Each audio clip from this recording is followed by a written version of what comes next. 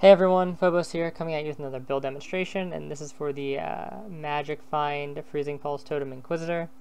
And I'll link the full build guide in the description. This is just going to be a demonstration of the build to show you that it can just clear decently fast and is relatively safe. It's pretty much all we're going for here.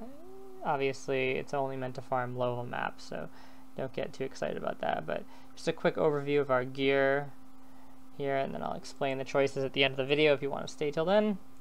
But yeah. So the one thing about clearing maps when you have Bisco's Leash or whatever is that actually another thing I like to do is just spam the totem here. That way you can get in a mana deficit. So you can use your other flask. What is it called? The Divination Distillate. But yeah, so the thing about abysses in these types of maps is if they're not going the way that you're going and you're using a Bisco's Leech, then you're probably going to interrupt your rarity, your percentage or whatever, your kill percentage, by trying to do the Abyss, because especially if it ends somewhere far away and then you end up getting a trove, then it's going to take time for the trove to open and empty. So typically I like to do just clear the map and then do the abysses, and that's unfortunate because we lost our bonus, but I should have just kept going across the bottom of the map. I guess we can just do this for now. Let's do an abyss here because just show you it's pretty safe against abyss monsters because we freeze everything. Typically my strat for the abyss monsters, you want to get like right on top of them. Just kind of like rush to the next zone. Put your totems down. Oops, yeah, that was bad. But yeah, put your totems down, put lightning traps down if you need them. Put Vol haste down, stuff like that. Okay, so that's pretty much the map.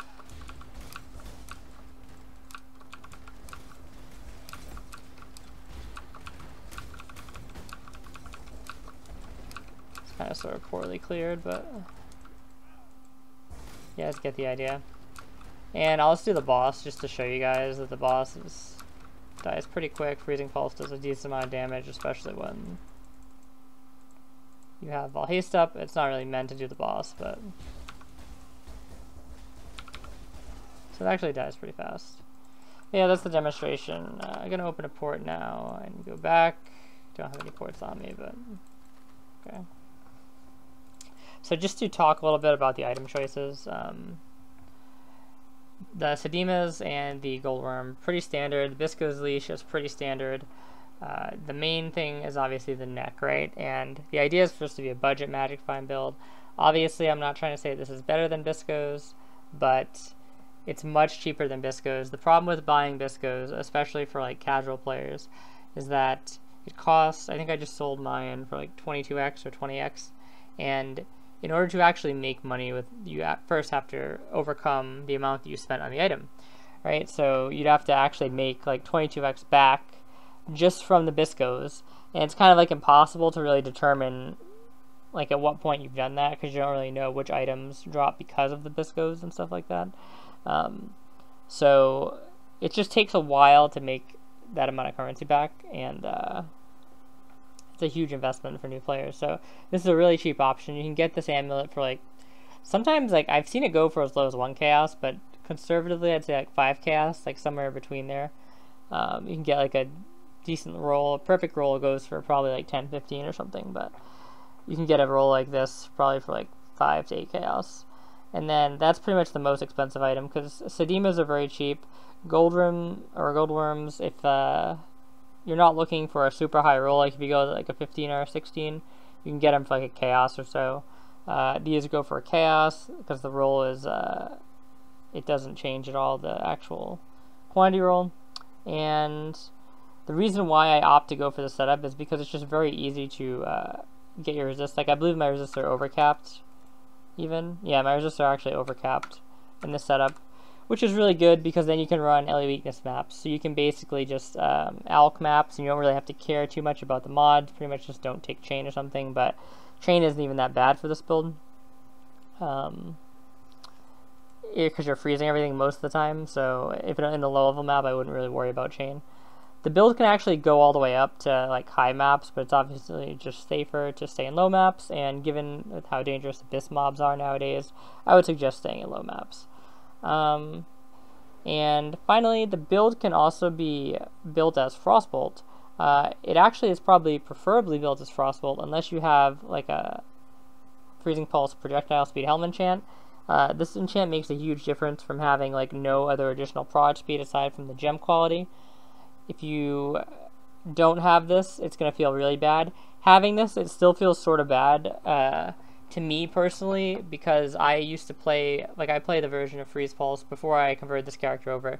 It had like Winds of Change and a Career Ward. So it just had like prod speed out the ass, had like 60 more prod speed, which is really noticeable. And playing with less prod speed, you can definitely feel it, but it's not really a big issue in the map. As you can see, it clears pretty fast. And the Frostbolt probably clears slower as long as you have some prod speed on it, but Frostbolt is definitely the best option, I'd say, if you have no prod speed, no additional prod. Especially if you're not even using like a quality Freezing Pulse or something like that. So it's just something to keep in mind. Can be built either way, and obviously you would just replace the Threshold Jewels with the Frostbolt ones. And I'll just give a quick look at the tree for those of you. Like obviously the tree is explored in detail in the actual guide. The main thing you're trying to get here is totem placement speed and stuff like that, but and crit and just enough life to survive. So that's that. And yeah, just hope you guys like the video. Just give it a like or whatever. Just trying to make or show people how you can do like a quick, cheap magic find setup and actually kind of get returns and not have to be fully invested into it. You know, where you're buying like dual venters where costs like 200 chaos each, and then you have to buy the Biscos, and then only then can you start making currency. You can make currency with Magic Find with a very small investment.